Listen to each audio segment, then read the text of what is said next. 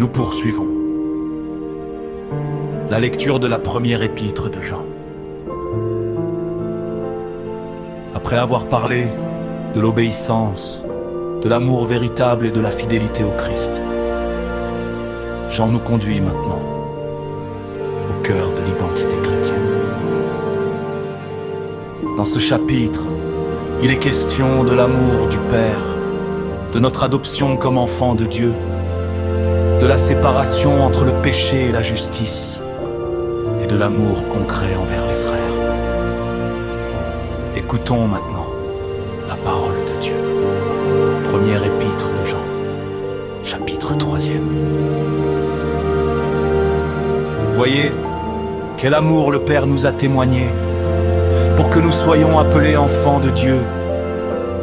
Et nous le sommes. Si le monde ne nous connaît pas, c'est qu'il ne l'a pas connu. Bien-aimés, nous sommes maintenant enfants de Dieu, et ce que nous serons n'a pas encore été manifesté.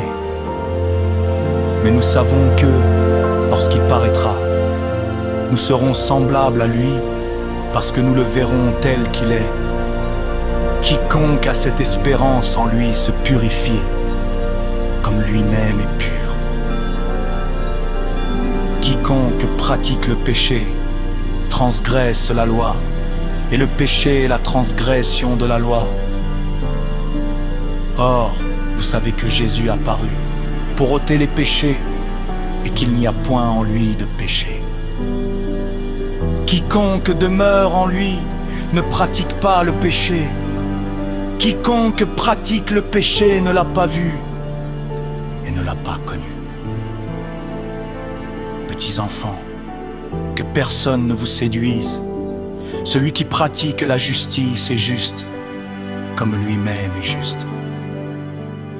Celui qui pratique le péché est du diable, car le diable pêche dès le commencement.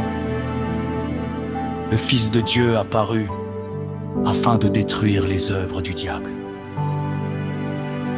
Quiconque est né de Dieu ne pratique pas le péché, parce que la semence de Dieu demeure en lui, et il ne peut pécher, parce qu'il est né de Dieu.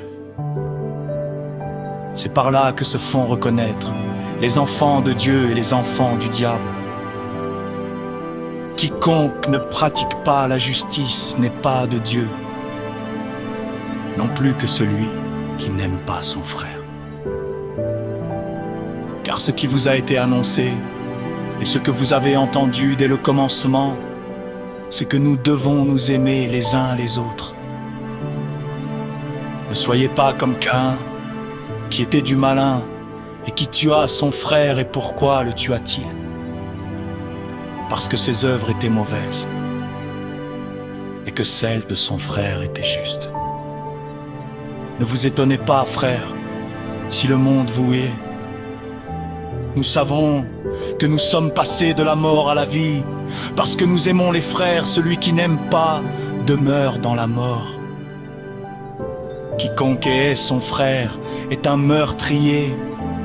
Et vous savez qu'aucun meurtrier n'a la vie éternelle demeurant en lui. Nous avons connu l'amour en ce qu'il a donné sa vie pour nous. Nous aussi, nous devons donner notre vie pour les frères. Si quelqu'un possède les biens du monde et que voyant son frère dans le besoin, il lui ferme son cœur, comment l'amour de Dieu demeure-t-il en lui? Petits enfants, n'aimons pas en parole et avec la langue, mais en action et avec vérité. Par là, nous connaîtrons que nous sommes de la vérité, et nous rassurerons nos cœurs devant lui. Car si notre cœur nous condamne, Dieu est plus grand que notre cœur, et il connaît toutes choses. Bien-aimés, si notre cœur ne nous condamne pas, nous avons de l'assurance devant Dieu.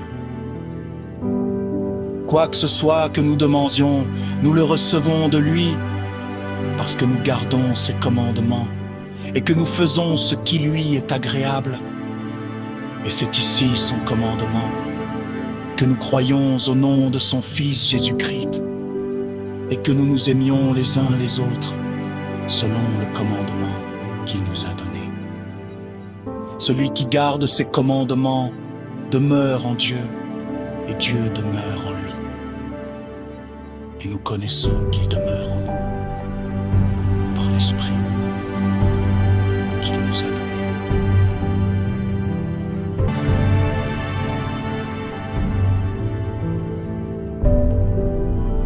Dans le prochain épisode,